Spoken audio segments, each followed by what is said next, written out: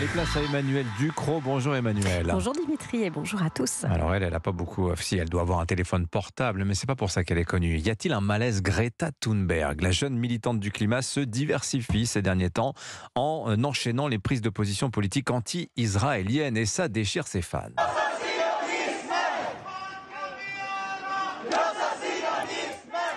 Un son et une image, c'était samedi dernier à Stockholm. Greta Thunberg devant l'ambassade d'Israël avec sa bouille ronde et son bonnet. Et avec la foule, elle scande ce qu'on entend là. Israël assassin et écrasons le sionisme. Ce que dit Greta Thunberg, quand elle dit qu'il faut écraser le sionisme, c'est qu'il faut détruire Israël. Ce n'est pas autre chose que ce que dit le Hamas dans sa charte. Et ce n'est pas la première fois que Greta Thunberg affiche des prises de position radicales et polémiques sur le conflit israélo-palestinien. Le 20 octobre dernier, Greta Thunberg avait posté sur les réseaux sociaux une photo d'elle et avec un groupe d'amis activistes. Légende, aujourd'hui nous faisons grève en solidarité avec la Palestine et Gaza, une allusion à ces grèves pour le climat.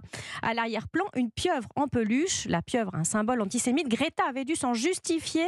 Elle avait expliqué que cette pieuvre était un animal traditionnellement destiné à calmer les angoisses autistiques, mais le mal était fait. Et rebelote le 11 novembre, cette fois aux Pays-Bas. Ce jour-là, la Passionnariat du climat, un kéfier, le foulard palestinien autour du cou, avait harangué 70 000 militants du climat, exigeant un cessez-le-feu à Gaza. Une partie de la foule avait répondu en criant « From the river to the sea, Palestine will be free », un slogan qui prône encore la destruction d'Israël et l'éviction des Juifs. Un militant de l'environnement très en colère s'était alors emparé de son micro et avait expliqué qu'il venait manifester pour l'environnement, pas pour entendre ses opinions politiques. Il avait été sorti assez vite de la scène. Alors Greta Thunberg, son mouvement s'appelle Fridays for Future, les vendredis pour l'avenir. Et ce mouvement, il est parcouru de vives tensions en ce moment. Bah oui, depuis les pogroms du 7 octobre, les messages de Greta Thunberg sur les réseaux sociaux alternent alerte pour le climat et position pro-palestinienne radicale. Souvent, il mélange même les deux, une pancarte contre le CO2, une pancarte contre Israël sur la même photo. Et ça ne passe pas chez une partie des militants.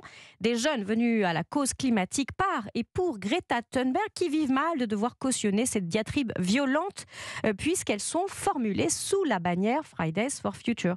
Alors ce mélange des genres assez douteux a déjà causé la rupture des branches israéliennes, autrichiennes et allemandes du mouvement avec Greta Thunberg. En Allemagne, la cause israélienne est une cause nationale. Elle est endossée Raison d'État. Oui. Et elle est endossée aussi par les écologistes. On lui reproche son flirt poussé avec la rhétorique antisémite, une remise en question de la nature écologique de Fridays for Future pour en faire tout autre chose. Et le mouvement qui se voulait global, et c'était sa force, est en train de se déchiqueter. Alors, à vouloir être de toutes les luttes, Greta Thunberg parasite son combat initial, elle le déconsidère auprès de ceux qui l'ont endossé avec passion, et ce n'est pas malgré elle. Elle a maintenant 20 ans, elle est adulte, elle a de la bouteille en matière de militantisme et de com'.